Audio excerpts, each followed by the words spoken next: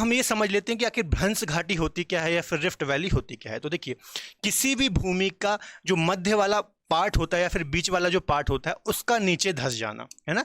किसी भूभाग का बीच वाले भाग का अवतलित हो जाना या फिर नीचे धंस जाना। अब ये नीचे क्यों धंस रहा है, जैसे आप देख पा रहे होंगे इसमें ये वाला पार्ट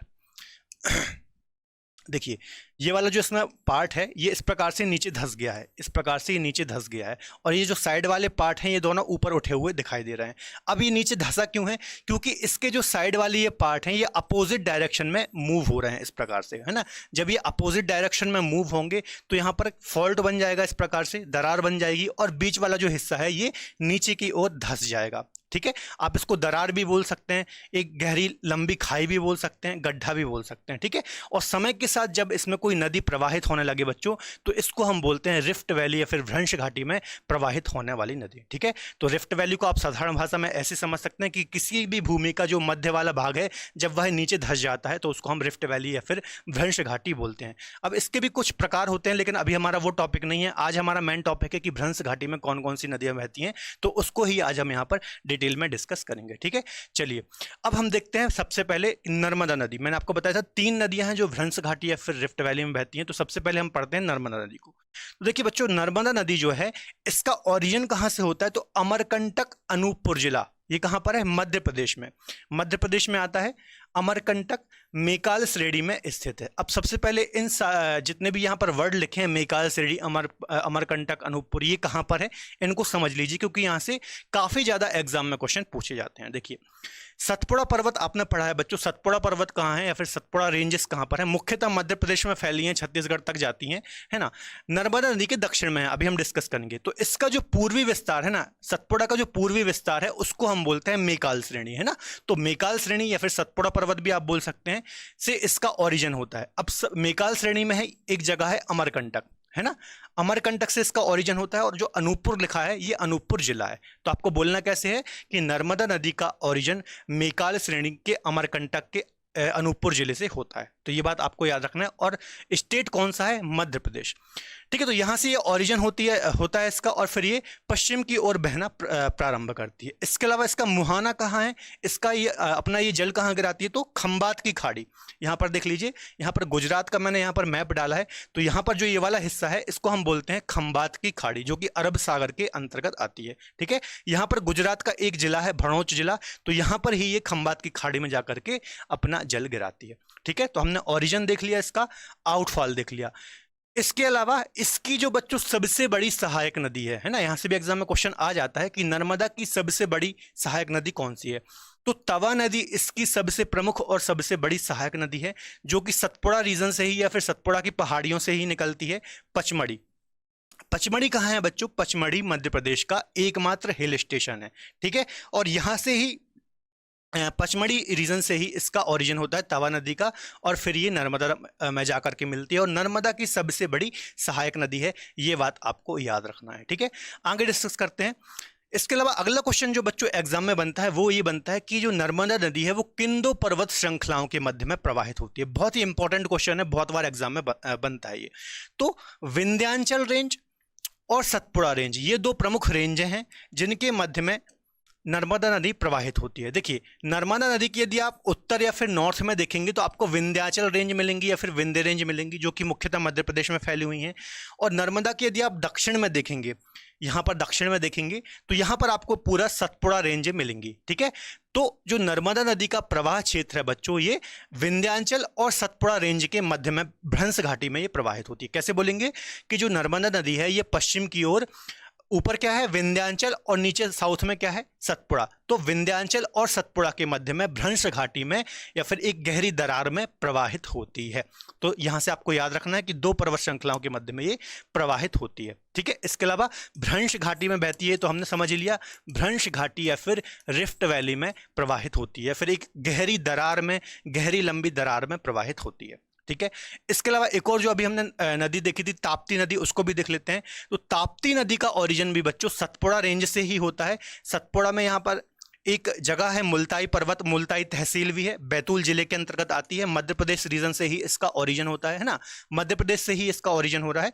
तो सतपुड़ा रेंज से ही, बैतूल मुल्ताई से इसका ओरिजिन होता है और ये भी पश्चिम की ओर प्रवाहित होती है और खंबात की खाड़ी में जाकर के, गुजरात में खंबात की खाड़ी में जाकर के अपना जल गिराती है। ठीक है, अब यहां पर और कौन से पॉइंट याद रखने हैं कि जो ताप्ती नदी है ये बच्चों सतपुड़ा और अजंता श्रेणी, अजंता श्रेणी कहाँ है, ये मुख्यतः महाराष्ट्र में फैली हुई है, सिर्फ और सिर्फ महाराष्ट्र में फैली है।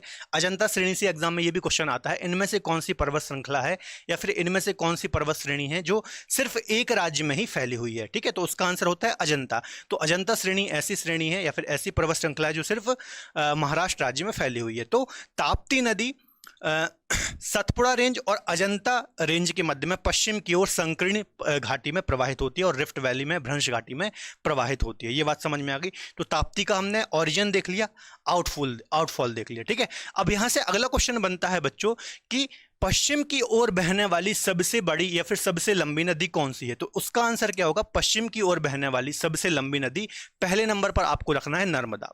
ठीक है, दूसरे नंबर पर आपको रखना है ताप्ती। ठीक है, पश्चिम की ओर यदि आप भारत का मैप बनाएं, यदि मैं यहां पर भारत का छोटा सा एक मैप बनाऊं इस प्रकार से, प्रायद्वीपीय भारत का, तो यहां से इस प्रकार से नर्मदा निकलती है और यहां से इस प्रकार से ताप्ती निकलती है ना। तो ये पश्चिम या फिर वेस्टर्न साइड की ओर इनका प्रवाह है, जबकि भारत की मैक्सिमम जो महत्वपूर्ण नदियां हैं, बड़ी बड़ी नदियां हैं, वो पूर्व की ओर प्रवाहित होती हैं। ठीक है, तो एग्जाम में यहां से ये क्वेश्चन बनता है कि इनमें से कौन सी नदी प्रायद्वीपीय भारत की या फिर पश्चिम की ओर बहने वाली सबसे लंबी नदी कौन सी है। तो उसका आंसर क्या होगा, पहले नंबर पर आपको रखना है नर्मदा और सेकंड नंबर पर आपको रखना है ताप्ती। या फिर ऐसा क्वेश्चन भी बनता है कि प्रायद्वीपीय भारत की पश्चिम की ओर बहने वाली नदियों में से इनमें से कौन सी नदी सबसे बड़ी है या फिर सबसे लंबी है।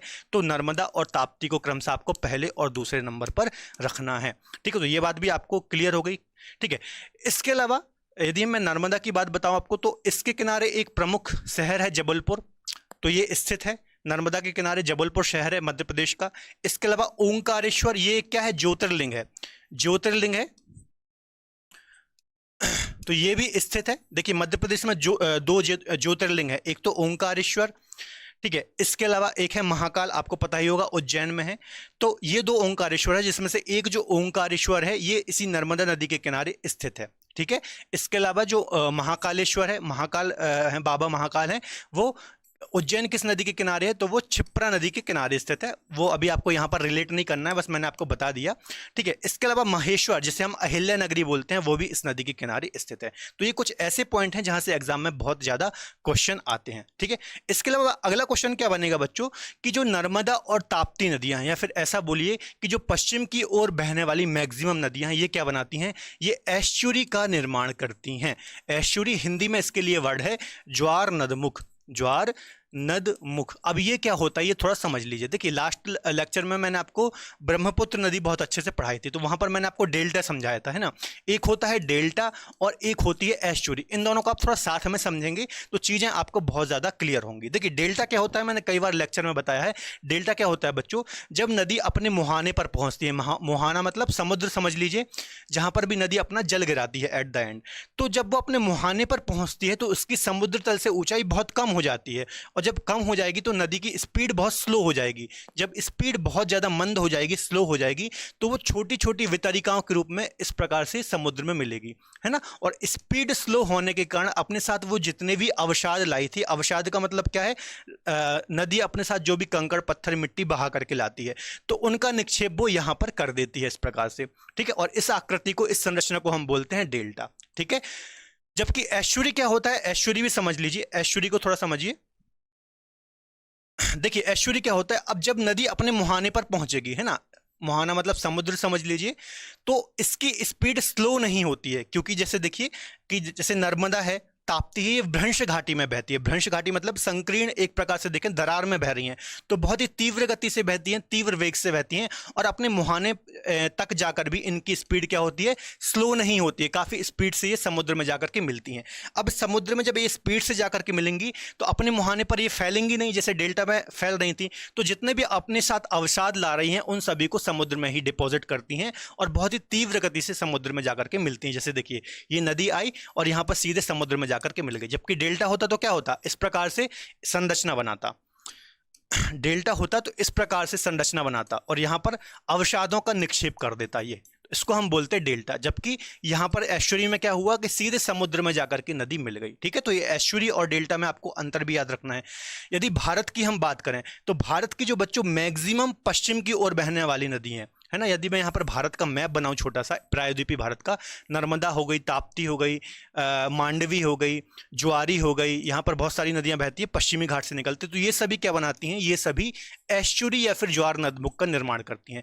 जबकि जो नदियाँ पश्चिम की ओर बहती है, जैसे गोदावरी हो गई, महानदी हो गई, कृष्णा हो गई, कावेरी हो गई, गंगा हो गई, तो ये सभी क्या डेल्टा बनाती हैं। ठीक है, इसको ज़्यादा डिटेल में हम किसी अलग लेक्चर में डिस्कस करेंगे, क्योंकि ये भी एक अच्छा लेक्चर है, तो इसको हम कभी अलग लेक्चर में डिटेल में डिस्कस करेंगे। ठीक है, तो अभी फिलहाल आपको ये याद रखना है कि पश्चिम की ओर बहने वाली जो मैक्सिमम नदियां हैं ये एस्चुरी या फिर ज्वार नदमुख का निर्माण करती हैं। ठीक है, और ये दो नदियां कहाँ गिर रही हैं, भड़ोच जिला खंबात की खाड़ी के आसपास अपना जल गिराती हैं। ठीक है, तो बाकी डिटेल हम अभी थ्योरी में भी डिस्कस करेंगे। आई थिंक आपको ये चीज़ें क्लियर हुई होंगी। ठीक है, तो ये देखिए, ये नर्मदा नदी के मैंने यहाँ पर इमेज निकाली है। इस प्रकार से ये खड़ी चट्टानों के मध्य में एक गहरी खाई में प्रवाहित होती है, या फिर भ्रंश घाटी में इस प्रकार से ये प्रवाहित होती है, आप देख सकते हैं।